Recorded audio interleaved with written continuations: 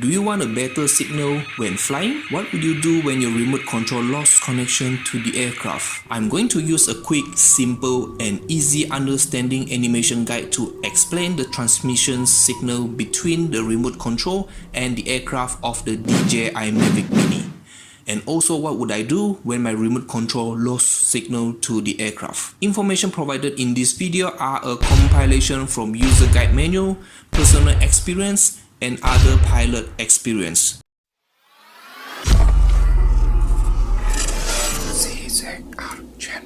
We first look at the remote control. The front and back of this piece is the antenna that transmit Wi-Fi frequency signal wave to the aircraft. As per the user guide manual, this will be the best pointing direction of the antenna to the aircraft. Now we look at the aircraft. This side, front and back will be the antenna that transmits signal to the remote control. It is best to always have your remote control antenna pointing at the direction of the aircraft as recommended by the user guide manual.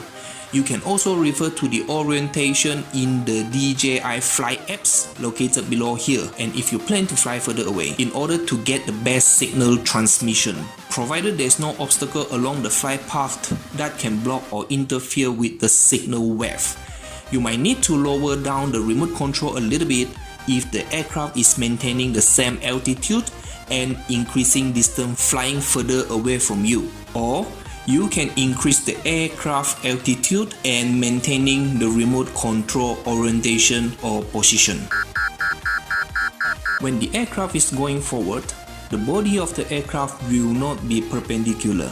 Instead, it will be slightly tilted where the front is lower down depending on the speed, by maximum 20 degree in P and C mode and 30 degree in S mode. When the connection is lost between the remote control and the aircraft, a Failsafe RTH will be automatically initiated without pressing the RTH button on the remote control or the phone screen, provided you have set the setting to return to home. You may refer to my other video regarding the pre-flight safety check on how to change or double check the setting. I will put the link at the description below. After the RTH has been initiated, if the aircraft is 20 meters away, the aircraft will either ascend to the set RTH altitude if the current altitude is lower than the RTH altitude, or turn around and fly forward on a straight line towards the direction of the home point if the current altitude is higher than the RTH altitude. At this point of time,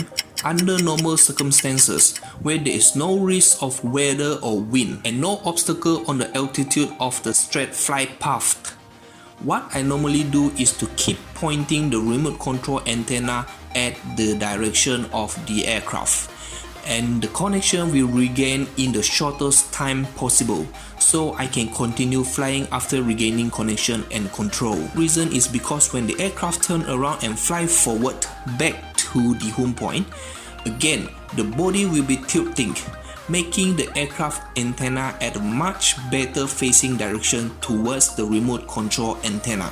If you got panic and put down your remote causing the antenna facing somewhere else, trying to spot the aircraft on the sky while the antenna is not facing the aircraft direction, or maybe running towards while the remote antenna has no fixed direction, the time required to establish a reconnection will be much longer. You are welcome to give your constructive comment below.